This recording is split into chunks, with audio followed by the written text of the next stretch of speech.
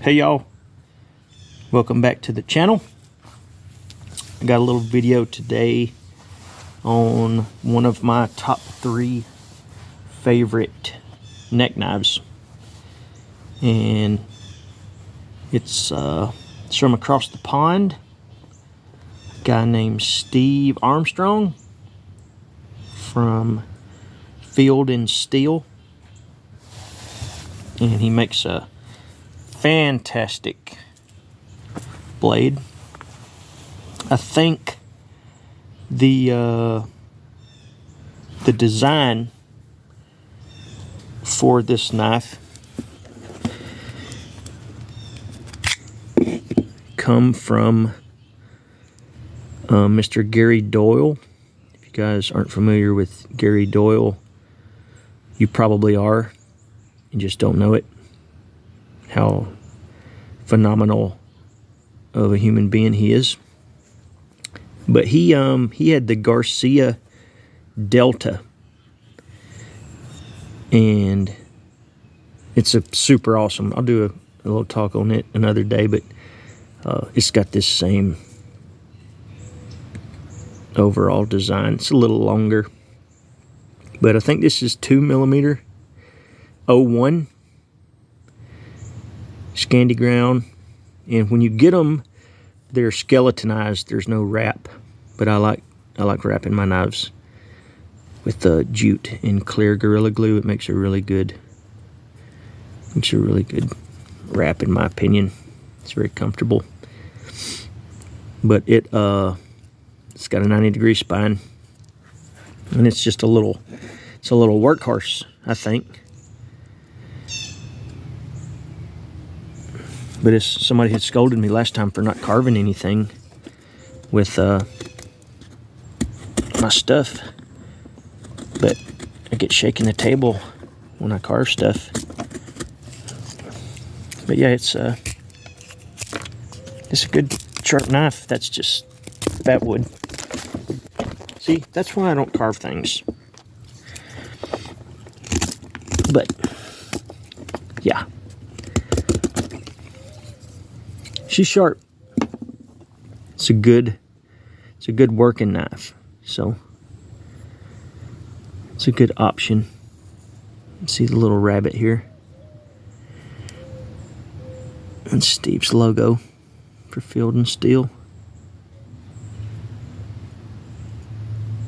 But it's a great knife. All his knives are great. His the Garcia Delta that I have is one of my, it's a top 3 favorite fixed blade too. It's a super awesome knife. They're really tough. He has a folder that is just about the same setup. It's a friction folder, so it has a little thumb deal here on it. Those are called jackrabbits, and he'll put them on really nice micarta scales. Super clean. I think I gave under $100 for this guy, and it was him and the sheath, Kydex sheath. It's got a bunch of holes in it, grommets. And then I just added all of this other stuff to it because that's how I roll. I like the fat wood and the candle and the chem light. And there's a high carbon steel scraper and striker behind this guy. You can see it back down in there. It's $10.95. And then I just got a food fid, or an awl and a safety pin, and a ferro rod and a whetstone. But these little Pucos are some of my favorite style working knives because it's all business. And I try to carve some more stuff, but the camera will be shaking around everywhere and I'll knock it in the floor like I did last time. But fat wood, it processes fat wood pretty good. As good as it would do anything else. But man, you know what? It's hard to watch what you're carving and try to keep it in frame too without cutting your damn hand off. So it scrapes good. Let's scrape a ferro rod.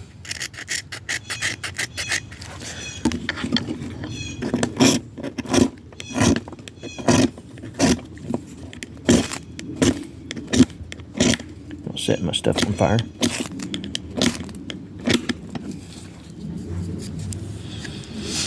But he's got a great heat treat on his stuff. He's got it down. So they're super tough. The edge retention is fantastic on these things. You can slap them on a strop, and they keep a really sharp edge on them. Just a piece of poplar. But for friendlying up the edges, as Mr. Gibson would say,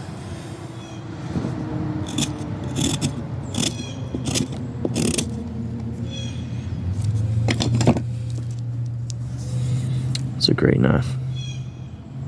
I've had this one for a couple years. I need to get another one, just to have another one put in one of my chest rigs. This would be a great backup option because it doesn't weigh anything. And if it was something that you just put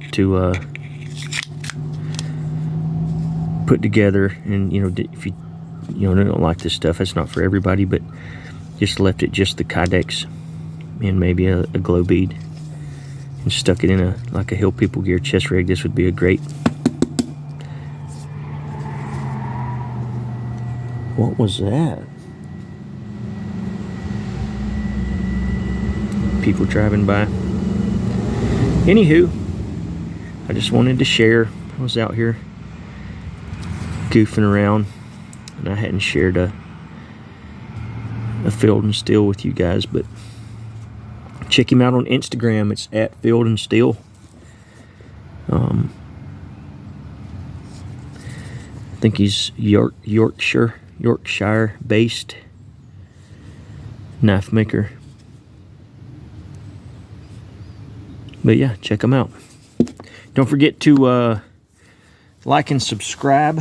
I've got a bunch more videos lined up. I just have to have time to do them. And I promise I'm going to get better at shooting video. Need to get me a big tripod and try to get me a spot set up where I can do some stuff and not knock the camera around everywhere. But anywho, I appreciate it. Later.